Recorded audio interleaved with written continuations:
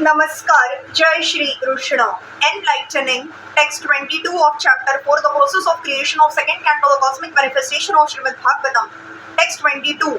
Prachodita yen pura saraswati vitan vata jasya satim smrutim rudi swalakshana pradurbhut kilasya tah sa me rushina mrushabha prasidatam. May the Lord, who in the beginning of the creation amplified the potent knowledge of Brahma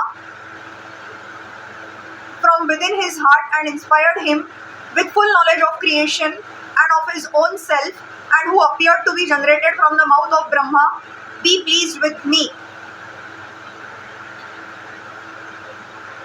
As we have already discussed herein before, the Lord as the super soul of all living beings from Brahma to the insignificant ant endows all with the required knowledge potent in every living being. A living being is sufficiently potent to possess knowledge from the Lord in the proportion of 50/64 or 78% of the full knowledge acquirable. Since the living being is constitutionally part and parcel of the Lord, he is unable to assimilate all the knowledge that the Lord possesses himself. In the conditioned state, the living being is subject to forget everything after a change of body known as death.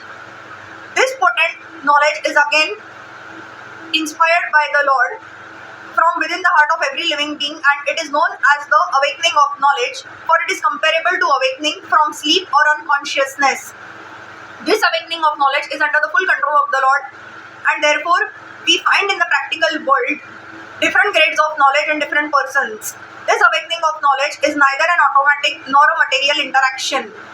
The supply source is the Lord himself, Dhyam Patiha, for even Brahma is also subject to this regulation of the Supreme Creator. In the beginning of the creation, Brahma is born first without any father and mother, because before Brahma there were no other living beings. Brahma is born from the lotus which grows from the abdomen of the Garbhodakshay Vishnu, and therefore he is known as Aja. This Brahma or Aja is also a living being, part and parcel of the Lord, but being the most pious devotee of the Lord, Brahma is inspired by the Lord to create, subsequent to the main creation by the Lord, through the agency of material nature.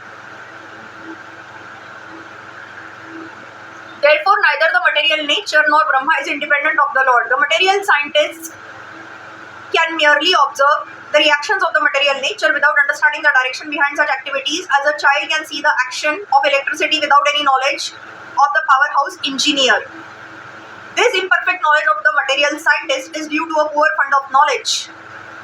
The Vedic knowledge was therefore first impregnated within Brahma, and it appears that Brahma distributed the Vedic knowledge. Brahma is undoubtedly the speaker of the Vedic knowledge, but actually he was inspired by the Lord to receive such transcendental knowledge as it directly descends from the Lord.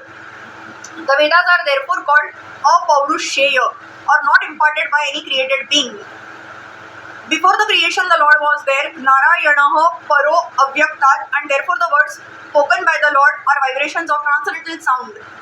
There is a gulf of difference between the two qualities of sound, namely prakruta and aprakruta. The physicist can deal only with the prakruta sound, or sound vibrated in the material sky, and therefore we must know that the Vedic sounds recorded in symbolic expressions cannot be understood by anyone within the universe unless and until one is inspired by the vibration of supernatural aprakruta sound, which descends in the chain of disciplic succession from the Lord to Brahma, from Brahma to Narad, from Narad to Vyasa, and so on. No mundane scholar can translate or reveal the true import of the Vedic mantras hymns. They cannot be understood unless one is inspired or initiated by the authorized spiritual master. The original spiritual master is the Lord himself, and the succession comes down through the sources of parampara, as clearly stated in the 4th chapter of the Bhagavad Gita. So unless one receives the transcendental knowledge from the authorized parampara, one should be considered useless. Vifala mataha, even though one may be greatly qualified in the mundane advancements of arts or science.